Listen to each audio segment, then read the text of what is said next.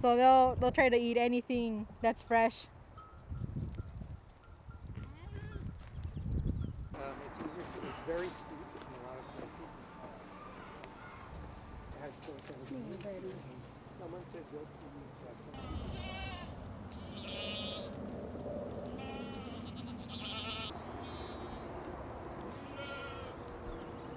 The overall goal for us is to create a defensible space. It's to basically create a buffer.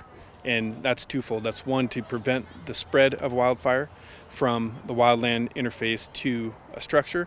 And it's also to be able to provide enough defensible space, buffer around it for us as firefighters to come in during an event and actually protect the homes in a safer environment. And the more we looked into it, the more we realized how effective they can be. We realized how environmentally friendly they can be and the long-term benefits that potentially can arrive from utilizing goats. There's always that threat of injury to personnel. Most areas where within our ordinance we're still able to physically get up there, but these goats are amazing in terms that it seems like they climb up those with no problems. I haven't seen a goat trip yet, so.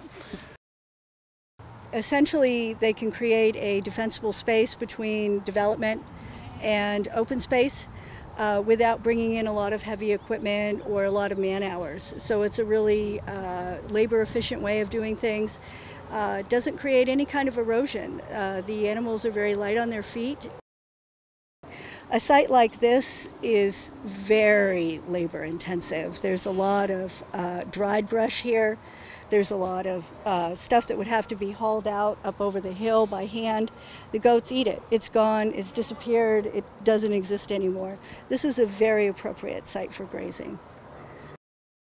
The goats have 4 stomachs. So by the time whatever they ingest comes out the other end, the seed is non-viable. And that is a really unique attribute of using grazing animals that a lot of times if you mow or you weed whack, it literally scatters the seed everywhere. So you're really promoting the establishment of more unwanted vegetation.